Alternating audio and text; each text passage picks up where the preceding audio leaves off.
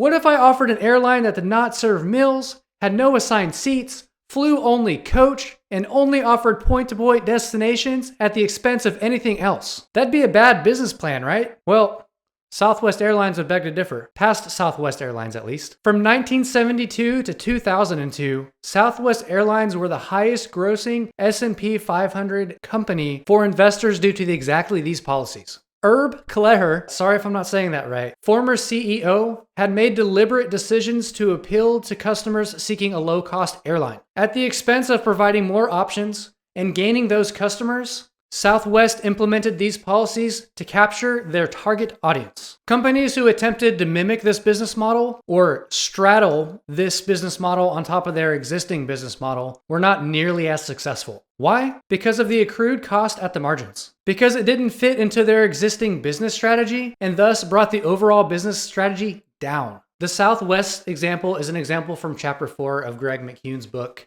Essentialism. The Disciplined Pursuit of Less. Now, this book is a fantastic, even life-changing read. Life is full of trade-offs.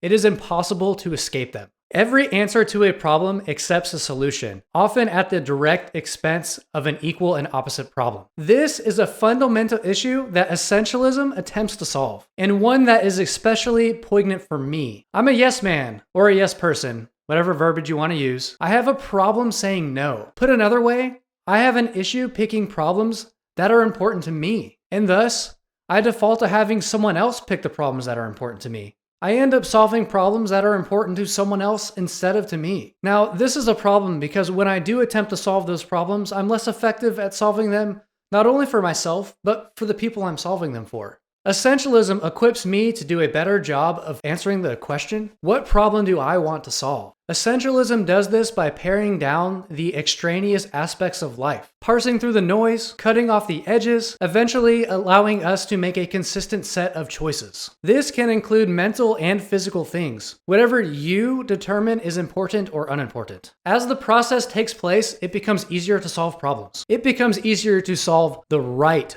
problems. It becomes easier to solve the right problems effectively. That's the magic of essentialism. For me, this means I do a better job of defining my goals and following through with them. As the book says, like Southwest, we can enjoy the success that comes from making a consistent set of choices. What I loved about this book is that the ideas are so simple, yet so effective. The main strength is not that essentialism is presenting something new. It's that essentialism is presenting the ideas so succinctly as to make the ideas irrefutable. The book paints a clear picture of what the benefits of an essentialist approach actually are. Clearly, Greg McKeown made trade-offs about what he wanted to say, even if that meant saying less. As a result, the points in the book are poignant and clear. I would highly recommend getting a physical copy of the book. The book contains striking black and white visuals that really hit the points home. Check this one out. A non-essentialist, they have so many things that they're trying to accomplish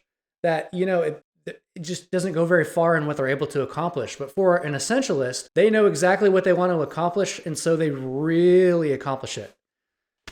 And there's another one I really like here of, oh man, where is it? This black and white background and black and white like text. A non-essentialist thinks almost everything is essential, so the whole page is filled in ink. An essentialist thinks almost everything is non-essential. Just like that, you only need the black ink for the text because that's the important part. Save the ink on the page for the rest of it because it's not essential. It's so simple, but it just really makes sense in a whole new way when you got these visuals with it. You know the expression, a picture is worth 1,000 words. This is exactly it. It really made the ideas hit home. Dig their tendrils like past this dense soil of my mind and like really take root.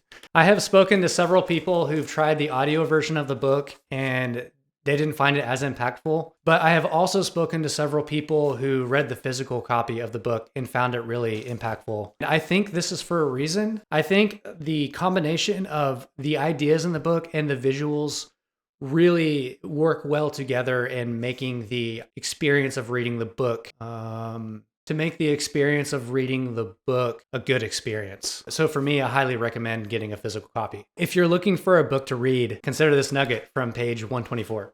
Essential intent. Make one decision that eliminates 1,000 other decisions. Why not practice this yourself and decide to read one book, Essentialism by Greg McKeown? You won't be disappointed. An essentialist pays attention to the signal in the noise, hears what is not being said, scans to find the essence of the information. A non-essentialist pays attention to the loudest voice, hears everything being said, is overwhelmed by all the information.